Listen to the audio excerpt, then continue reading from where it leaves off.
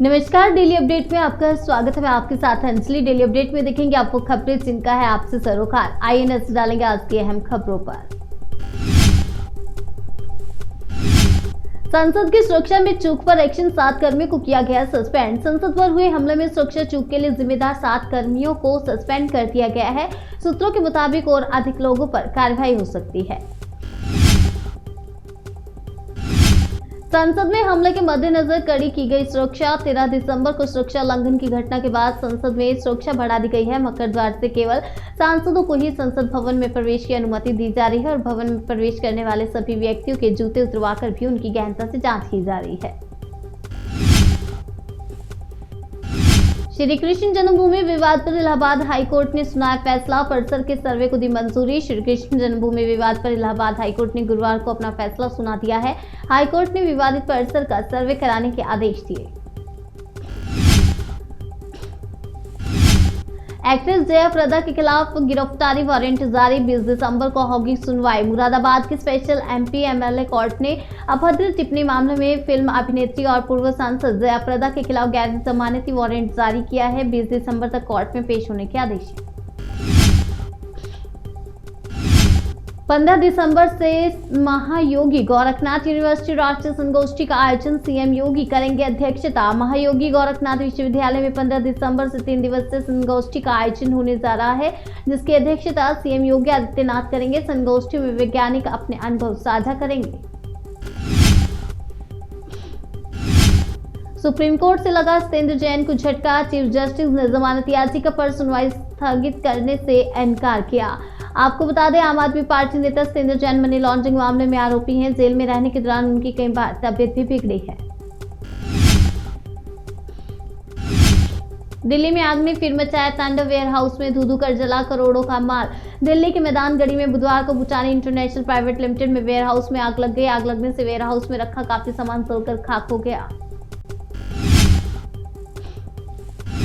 दिल्ली में रंगदारी देने से मना करने पर प्रॉपर्टी डीलर के ऑफिस पर फायरिंग, दागी 20 से ज्यादा गोलियां। दिल्ली के द्वारका में रंगदारी देने से मना करने पर एक प्रॉपर्टी डीलर के ऑफिस पर फायरिंग का मामला सामने आया है। पुलिस ने आरोपियों की तलाश शुरू कर दी है। अब बिहार के जख्म भी ना भरे और कांग्रेस को मिल रहे एक के बाद एक झटके। अब महंत राम सुंदर दास ने दिया इस्तीफा। हाल ही में हुए छत्तीसगढ़ विधानसभा चुनाव में रायपुर दक्षिण सीट से महंत राम सुंदर दास ने कांग्रेस के टिकट पर चुनावी ताल ठोकी थी। वो 67,000 से ज्यादा वोटों से चुनाव हारे। आपसे विवाद ही था। कोटा में कोचिंग स्टूडेंट की हत्या का कारण सबक सिखाने के इरादे से साथी छात्रों ने किया मर्डर। कोटा में सोमवार को हुई कोचिंग छात्र की हत्या की गुत्थी पुलिस ने सुलझा ली है। पुलिस ने इस मामले में 3 आरोपियों को गिरफ्तार किया और 4 नाबालिग लड़कों को हिरासत में लिया। लौट रहा है कोरोना। कई देशों में बढ़ाई गई टेंशन। एयरपोर्ट पर लागू किए गए कड़े नियम। दक्षिण पूर्व एशिया में सरकारें कोविड-19 के प्रसार को रोकने के लिए एहतियाती कदम उठा रही है। कई जगहों पर पुराने उपायों को वापस लागू करने का फैसला किया।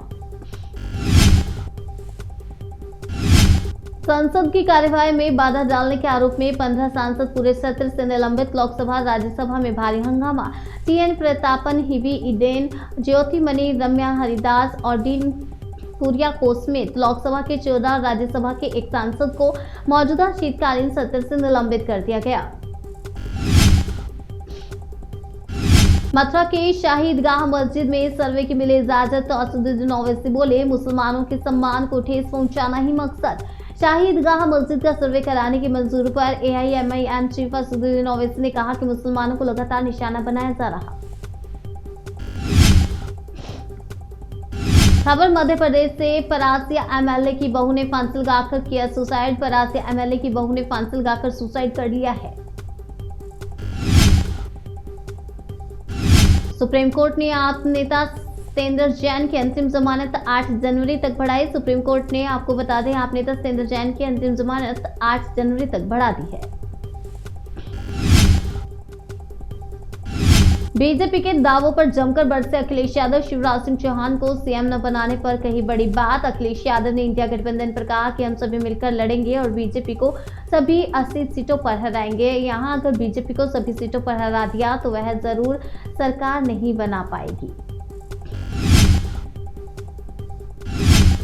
भारतीय सेना की बढ़ेगी ताकत, 2800 करोड़ से 6400 रॉकेट खरीद को मिली मंजूरी। भारत में बनी पिनाक हथियार प्रणाली का नाम भगवान शिव के धनुष के नाम पर रखा गया है। डीआरडीओ ने Pinaka multi barrel rocket launcher को स्वदेशी तौर पर विकसित किया। मार्च में रेकी करने संसद पहुंचा मनोरंजन, सिक्योरिटी में पाई एक चूक से मिला आइडिया। पुलिस पूछताछ में मनोरंजन डी ने कई खुलासे किए हैं। इससे पहले बजट सत्र के दौरान कार्रवाई में शामिल हुआ था। उसके साथ ही सागर शर्मा ने संसद भवन के बाहर रेकी की थी। कांकेर में नक्सलियों के ईडी ब्लास्ट में बीएसएफ का एक जवान शहीद, 2 दिनों के भीतर दूसरा मामला। छत्तीसगढ़ के कांकेर जिले में नक्सलियों द्वारा प्लांट की गई आईईडी की चपेट में आकर एक जवान शहीद हो गया। इससे पहले बुधवार को नारायणपुर में ऐसी ही एक घटना हुई थी। ज्ञानव्यापी के बाद अब शाही ईदगाह का भी होगा सर्वे। श्री कृष्ण जन्मभूमि मंदिर केस में हाईकोर्ट से मिली मंजूरी। अयोध्या विवाद की तर्ज पर मूलवाद की सुनवाई सीधे तौर पर हाईकोर्ट में हो रही है। दूसरी अर्जियों में आमीन के जरिए सर्वेक्षण कराए जाने की भी मांग की गई है। डेली अपडेट में आज के लिए फिलहाल इतना ही। तब तक के लिए बने रहिए हमारे साथ और देखते रहिए जनसेतु न्यूज, जन से सरोकार।